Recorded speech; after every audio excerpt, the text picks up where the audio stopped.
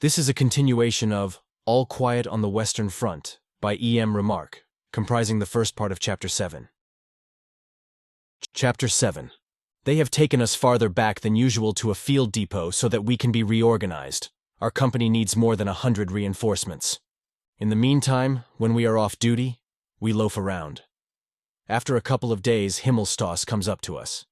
He has had the bounce knocked out of him since he has been in the trenches and wants to get on good terms with us.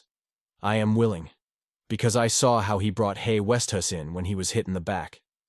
Besides, he's decent enough to treat us in the canteen when we are out of funds. Only Jaden is still reserved and suspicious. But he is won over too, when Himmelstoss tells us that he is taking the place of the sergeant cook who has gone on leave. As a proof, he produces on the spot 2 pounds of sugar for us and a half-pound of butter specially for Jaden. He even sees to it that we are detailed the next 2 or 3 days to the cookhouse for potato and turnip peeling. The grub he gives us there is real officer's fare. Thus momentarily we have the 2 things a soldier needs for contentment: good food and rest. That's not much when one comes to think of it. A few years ago we would have despised ourselves terribly. But now we are almost happy. It is all a matter of habit, even the front line. Habit is the explanation of why we seem to forget things so quickly. Yesterday we were under fire. Today we act the fool and go foraging through the countryside. Tomorrow we go up to the trenches again. We forget nothing really. But so long as we have to stay here in the field, the front-line days, when they are past, sink down in us like a stone. They are too grievous for us to be able to reflect on them at once.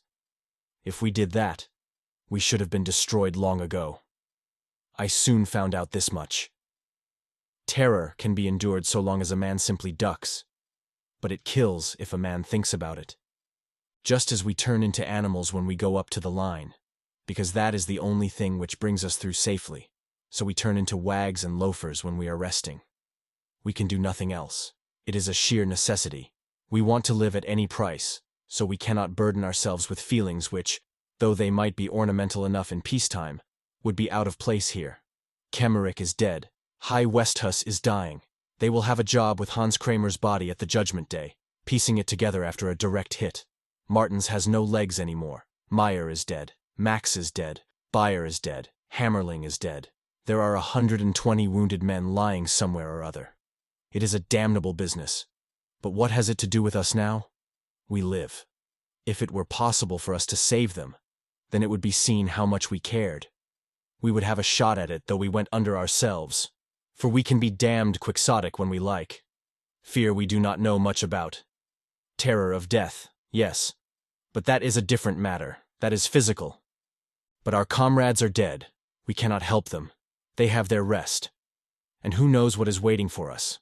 We will make ourselves comfortable and sleep, and eat as much as we can stuff into our bellies, and drink and smoke so that hours are not wasted. Life is short. The terror of the front sinks deep down when we turn our backs upon it. We make grim, coarse jests about it when a man dies. Then we say he has nipped off his turd, and so we speak of everything. That keeps us from going mad. As long as we take it that way, we maintain our own resistance. But we do not forget. It's all rot that they put in the war news about the good humor of the troops, how they are arranging dances almost before they are out of the front line. We don't like that because we are in a good humor. We are in a good humor because otherwise we should go to pieces. Even so, we cannot hold out much longer. Our humor becomes more bitter every month. And this I know. All these things that now, while we are still in the war, sink down in us like a stone. After the war shall waken again, and then shall begin the disentanglement of life and death. The days, the weeks, the years out here shall come back again, and our dead comrades shall then stand up again and march with us. Our heads shall be clear, we shall have a purpose, and so we shall march, our dead comrades beside us, the years at the front behind us. Against whom? Against whom? Some time ago there was an army theater in these parts. Colored posters of the performances are still sticking on a hoarding. With wide eyes, Kropp and I stand in front of it. We can hardly credit that such things still exist. A girl in a light summer dress, with a red patent leather belt about her hips. She is standing with one hand on a railing, and with the other, she holds a straw hat. She wears white stockings and white shoes, fine buckle shoes with high heels. Behind her smiles the blue sea with white horses, at the side is a bright bay. She is a lovely girl with a delicate nose, red lips, and slender legs, wonderfully clean and well cared for. She certainly baths twice a day and never has any dirt under her nails. At most, perhaps a bit of sand from the beach. Beside her stands a man in white trousers, a blue jacket, and sailor's cap. But he interests us much less. The girl on the poster is a wonder to us. We have quite forgotten that there are such things, and even now we hardly believe our eyes. We have seen nothing like it for years, nothing like it for happiness, beauty, and joy. That is peacetime. That is as it should be. We feel excited. Just look at those thin shoes, though. She couldn't march many miles in those, I say, and then begin to feel silly, for it is absurd to stand in front of a picture like this and think of nothing but marching. How old would she be? Krop asks. About 22 at the most, I hazard. Then she would be older than us. She is not more than 17, let me tell you. It gives us goose flesh. That would be good, Albert. What do you think? He nods. I have some white trousers at home, too. White trousers, say I. But a girl like that? We look askance at one another. There's not much to boast of here. 2 ragged, stained, and dirty uniforms. It is hopeless to compete. So we proceed to tear the young man with the white trousers off the hoarding, taking care not to damage the girl. That is something toward it. We could go and get deloused anyway, Krop then suggests. I am not very enthusiastic because it doesn't do one's clothes any good and a man is lousy again inside 2 hours. But when we have considered the picture once more, I declare myself willing. I go even farther. We might see if we could get a clean shirt as well. Socks might be better, says Albert, not without reason. Yes, socks too, perhaps. Let's go and explore a bit. Then Lear and Tjaden stroll up. They look at the poster and immediately the conversation becomes smutty. Lear was the first of our class to have intercourse, and he gave stirring details of it. After his fashion, he enjoys himself over the picture, and Tjaden supports him nobly. It does not distress us exactly. Who isn't smutty is no soldier. It merely does not suit us at the moment, so we edge away and march off to the delousing station with the same feeling as if it were a swell gentleman's outfitters. The houses in which we are billeted lie near the canal. On the other side of the canal, there are ponds flanked with poplars. On the other side of the canal, there are women, too. The houses on our side have been abandoned. On the other side, though, one occasionally sees inhabitants. In the evening, we go swimming. 3 women come strolling along the bank. They walk slowly and don't look away, although we have no bathing suits. Lear calls out to them. They laugh and stop to watch us. We fling remarks at them in broken French, anything that comes into our heads, hastily and all jumbled together, anything to detain them. They are not specially wonderful pieces, but then, where are such to be had about here? There is one slim little brunette. Her teeth gleam when she laughs. She has quick movements. Her dress swings loosely about her legs. Although the water is cold, we are very jovial, and do our best to interest them so that they will stay. We try to make jokes, and they answer with things we cannot understand. We laugh and beckon. Tjaden is more crafty. He runs into the house, gets a loaf of army bread and holds it up. That produces a great effect. They nod and beckon us to come over. But we don't dare to do that. It is forbidden to cross to the opposite bank. There are sentries on all the bridges. It's impossible without a pass. So we indicate that they should come over to us. But they shake their heads and point to the bridge. They are not allowed to pass either. They turn back and walk slowly down the canal, keeping along the tow path all the way. We accompany them swimming. After a few hundred yards, they turn off and point to a house that stands a little distance away among the trees and shrubbery. Lear asks if they live there. They laugh. Sure, that's their house. We call out to them that we would like to come, sometime when the guards cannot see us, at night, tonight. They raise their hands, put them together, rest their faces on them and shut their eyes. They understand. The slim brunette does a 2-step. The blonde girl twitters, "Bread! Good." Eagerly we assure them that we will bring some with us, and other tasty bits too. We roll our eyes and try to explain with our hands. Lear nearly drowns trying to demonstrate a sausage. If it were necessary, we would promise them a whole quartermaster's store. They go off and frequently turn and look back. We climb out on the bank on our side of the canal and watch to see whether they go into the house, for they might easily have been lying. Then we swim back. No one can cross the bridge without leave, so we will simply have to swim over tonight. We are full of excitement. We cannot last out without a drink, so we go to the canteen where there is beer and a kind of punch. We drink punch and tell one another lying tales of our experiences. Each man gladly believes the other man's story, only waiting impatiently till he can cap it with a taller one. Our hands are fidgety. We smoke countless cigarettes until Krop says, "We might as well take them a few cigarettes too." So we put some inside our caps to keep them. The sky turns apple green. There are 4 of us, but only 3 can go. We must shake off to Jaden, so ply him with rum and punch until he rocks. As it turns dark, we go to our billets, to Jaden in the center. We are glowing and full of a lust for adventure. The little brunette is mine. We have settled all that. Jaden drops on his sack of straw and snores. Once he wakes up and grins so craftily that we are alarmed and begin to think he is cheating, and that we have given him the punch to no purpose. Then he drops back again and sleeps on. We each get hold of a whole army loaf and wrap it up in newspaper. The cigarettes we put in too, as well as 3 good rations of liver sausage that were issued to us this evening. That makes a decent present. We stow the things carefully in our boots. We have to take them to protect our feet against treading on wire and broken glass on the other bank.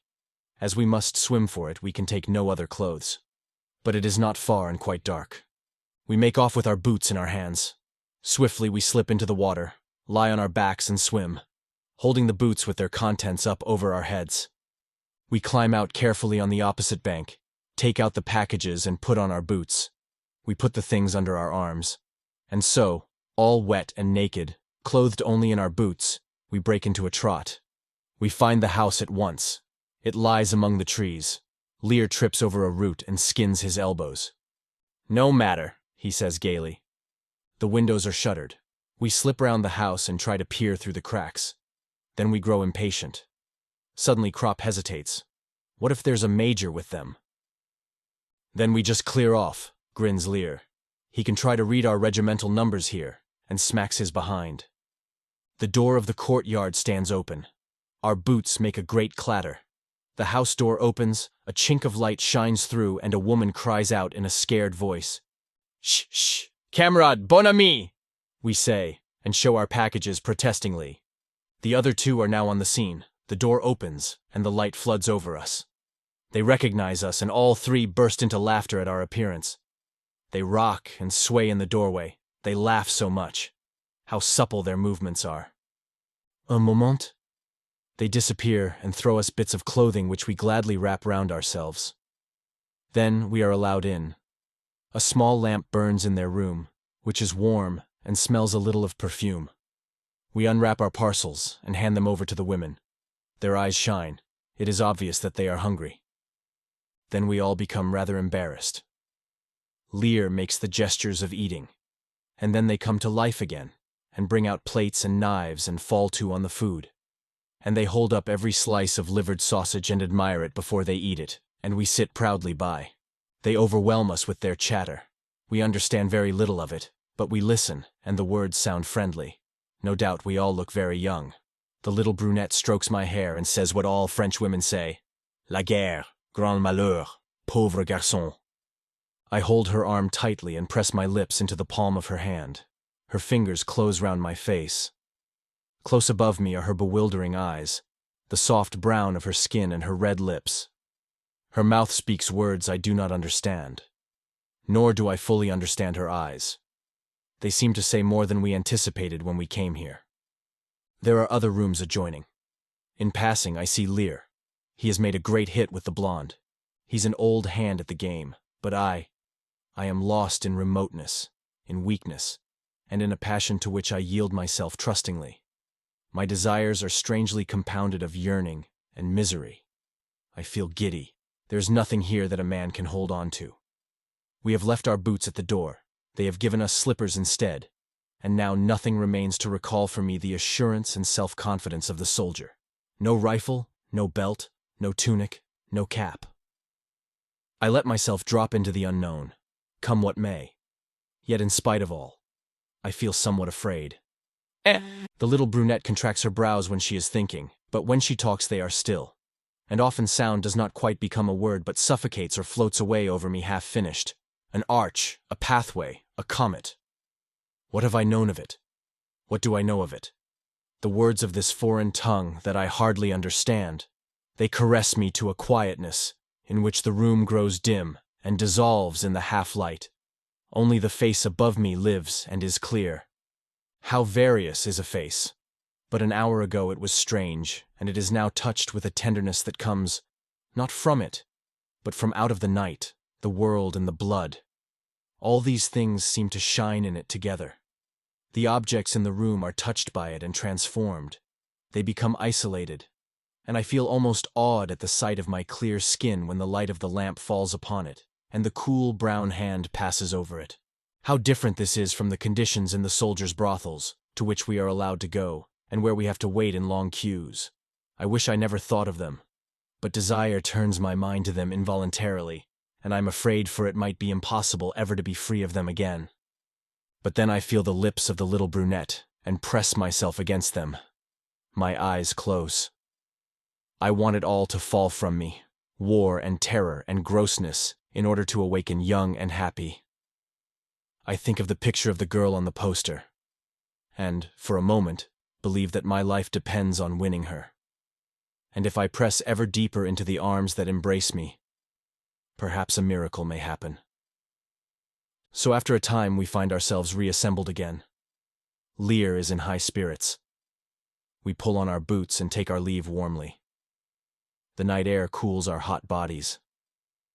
The rustling poplars loom large in the darkness. The moon floats in the heavens and in the waters of the canal. We do not run. We walk beside one another with long strides. "That was worth a ration loaf," says Lear. I cannot trust myself to speak. I am not in the least happy. Then we hear footsteps and dodge behind a shrub. The steps come nearer, close by us. We see a naked soldier, in boots, just like ourselves. He has a package under his arm and gallops onward. It is Chadin in full course. He has disappeared already. We laugh. In the morning he will curse us. Unobserved, we arrive again at our sacks of straw. I am called to the orderly room. The company commander gives me a leave pass and a travel pass and wishes me a good journey. I look to see how much leave I have got. 17 days. 14 days leave and 3 days for traveling. It is not enough, and I ask whether I cannot have 5 days for traveling. Birdink points to my pass. There I see that I am not to return to the front immediately. After my leave I have to report for a course of training to a camp on the moors. The others envy me. Kat gives me good advice and tells me I ought to try to get a base job. If you're smart, you'll hang on to it. I would rather not have gone for another 8 days. We are to stay here that much longer, and it is good here. Naturally, I have to stand the others' drinks at the canteen. We are all a little bit drunk. I become gloomy. I will be away for 6 weeks. That is lucky, of course. But what may happen before I get back? Shall I meet all these fellows again? Already Hay and Kemmerich have gone.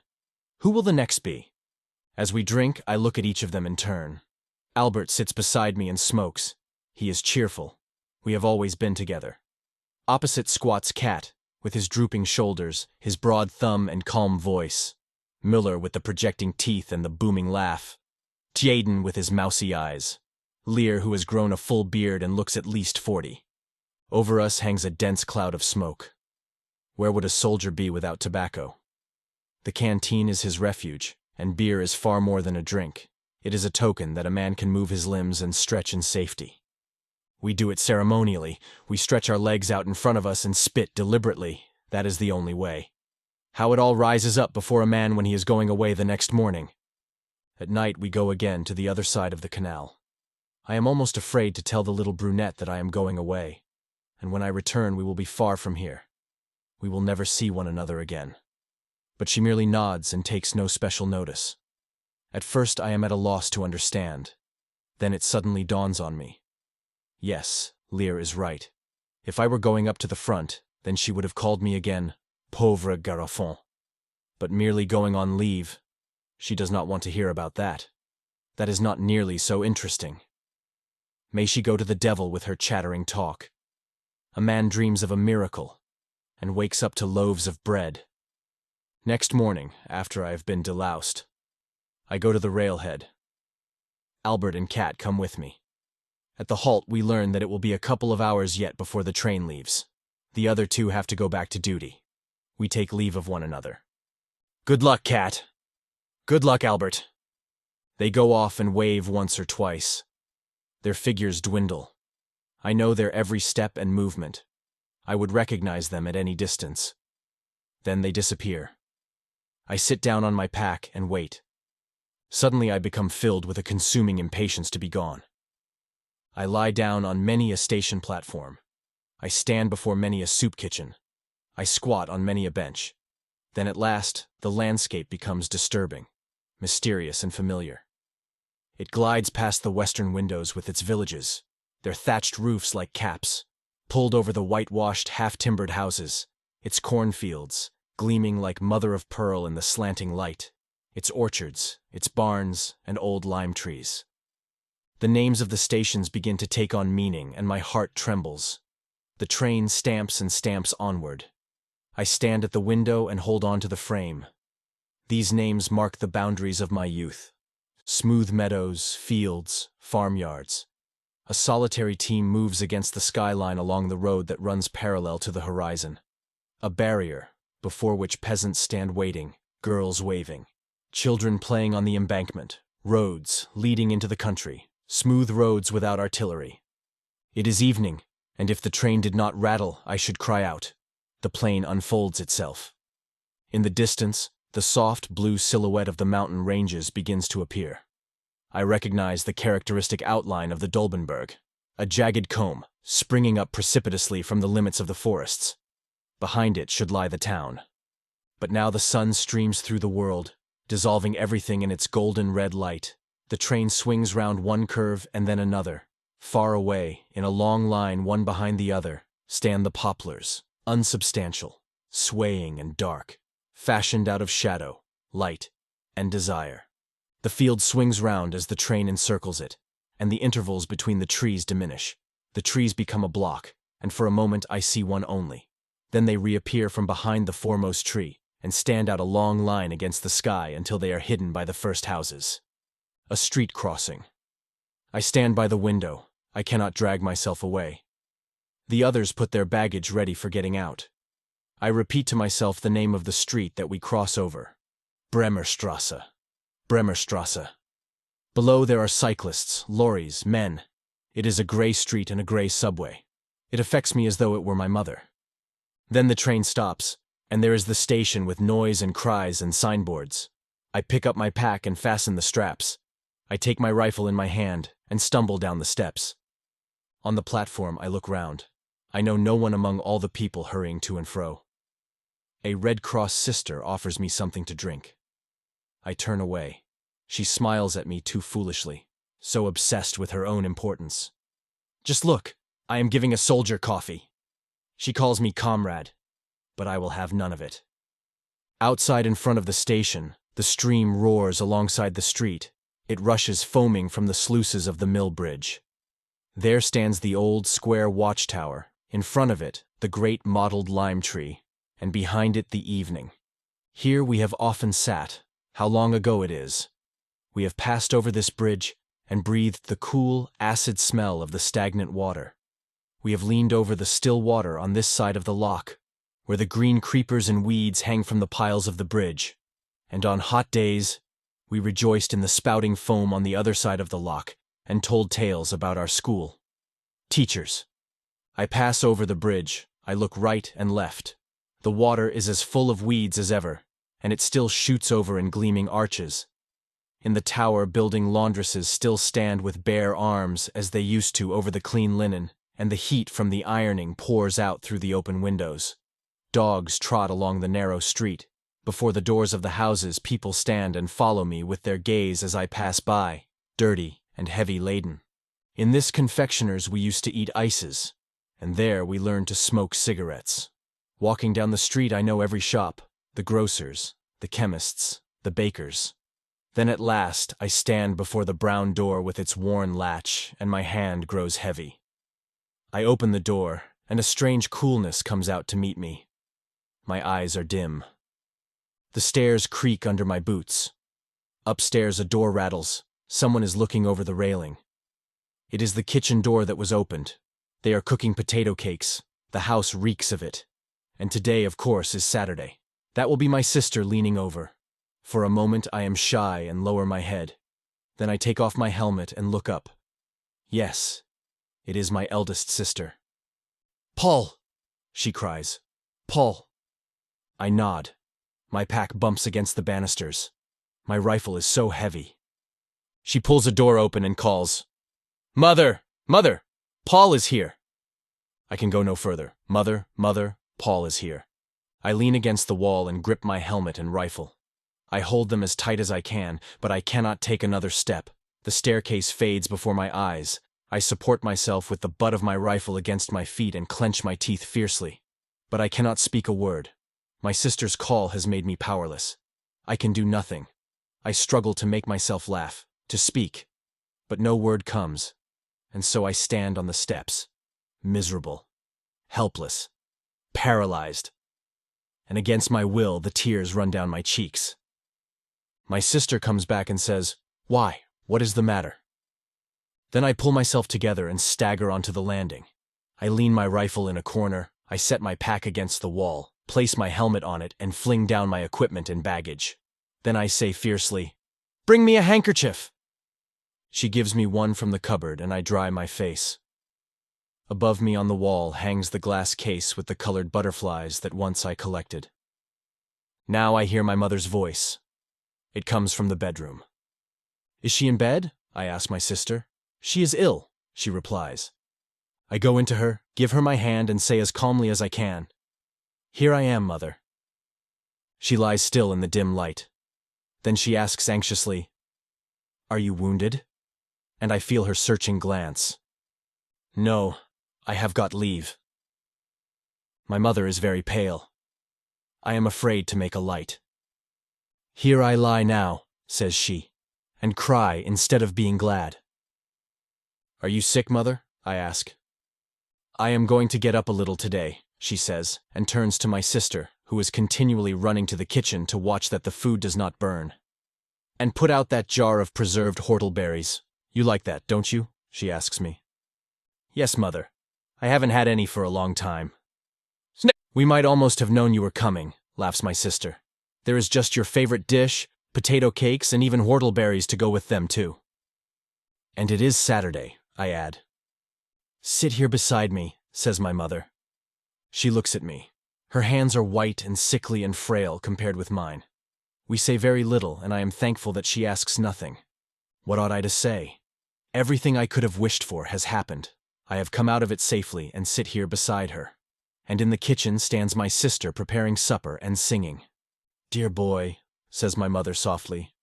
"We were never very demonstrative in our family. Poor folk who toil and are full of cares are not so. It is not their way to protest what they already know. When my mother says to me, 'Dear boy,' it means much more than when another uses it. I know well enough that the jar of whortleberries is the only one they have had for months, and that she has kept it for me, and the somewhat stale cakes that she gives me too. She must have got them cheap some time and put them all by for me." I sit by her bed, and through the window the chestnut trees in the beer garden opposite glow in brown and gold. I breathe deeply and say over to myself, "You are at home, you are at home." But a sense of strangeness will not leave me. I cannot feel at home amongst these things. There is my mother. There is my sister. There my case of butterflies. And there the mahogany piano. But I am not myself there. There is a distance, a veil between us. I go and fetch my pack to the bedside and turn out the things I have brought. A whole Edamer cheese that Cat provided me with, 2 loaves of army bread, 3/4 of a pound of butter, 2 tins of livered sausage, a pound of dripping, and a little bag of rice. "I suppose you can make some use of that." They nod. "Is it pretty bad for food here?" I inquire. "Yes, there's not much. Do you get enough out there?" I smile and point to the things I have brought. Not always quite as much as that, of course, but we fare reasonably well. Erna takes away the food. Suddenly, my mother seizes hold of my hand and asks falteringly, "Was it very bad out there, Paul?" Mother, what should I answer to that? You would not understand, you could never realize it, and you never shall realize it. Was it bad, you ask? You, mother. I shake my head and say, no, mother, not so very. There are always a lot of us together, so it isn't so bad. Yes, but Heinrich Bredemeyer was here just lately and said it was terrible out there now, with the gas and all the rest of it. It is my mother who says that. She says, with the gas and all the rest of it. She does not know what she is saying. She is merely anxious for me. Should I tell her how we once found 3 enemy trenches with their garrison all stiff as though stricken with apoplexy? Against the parapet, in the dugouts, just where they were, the men stood and lay about, with blue faces, dead. No, mother, that's only talk, I answer. There's not very much in what Bredemeyer says. You see, for instance, I'm well and fit. Before my mother's tremulous anxiety, I recover my composure. Now I can walk about and talk and answer questions without fear of having suddenly to lean against the wall because the world turns soft as rubber and my veins become brimstone. My mother wants to get up, so I go for a while to my sister in the kitchen. What is the matter with her? I ask. She shrugs her shoulders. She has been in bed some months now, but we did not want to write and tell you. Several doctors have been to see her. One of them said it is probably cancer again. I go to the district commandant to report myself. Slowly I wander through the streets. Occasionally someone speaks to me. I do not delay long, for I have little inclination to talk. On my way back from the barracks, a loud voice calls out to me. Still lost in thought, I turn round and find myself confronted by a major. "Can't you salute?" He blusters. "Sorry, Major," I say in embarrassment. "I didn't notice you." "Don't you know how to speak properly?" he roars. I would like to hit him in the face, but control myself, for my leave depends on it. I click my heels and say, "I did not see you, Herr Major." "Then keep your eyes open," he snorts. "What is your name?" I give it. His fat red face is furious. "What regiment?" I give him full particulars. Even yet he has not had enough. "Where are you quartered?" But I have had more than enough and say, "Between Langemarck and Bixschoote." "Eh?" he asks, a bit stupefied. I explain to him that I arrived on leave only an hour or 2 since, thinking that he would then trot along, but not at all. He gets even more furious. "You think you can bring your frontline manners here, what? Well, we don't stand for that sort of thing. Thank God we have discipline here." 20 paces backwards, double march, he commands. I am mad with rage, but I cannot say anything to him. He could put me under arrest if he liked. So I double back and then march up to him. 6 paces from him I spring to a stiff salute and maintain it until I am 6 paces beyond him. He calls me back again, and affably gives me to understand that for once he is pleased to put mercy before justice. I pretend to be duly grateful. "Now dismiss," he says. I turn about smartly and march off.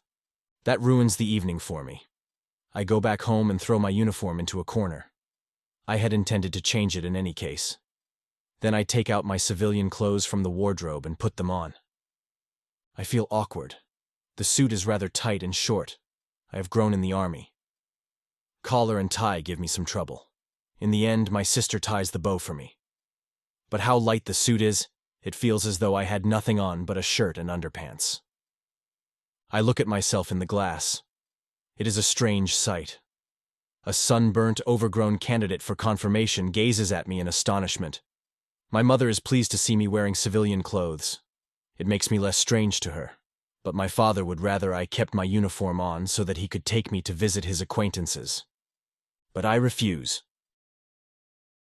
This concludes the 8th part of 16 total of All Quiet on the Western Front by E.M. Remarque, produced by Best Audiobooks for Free.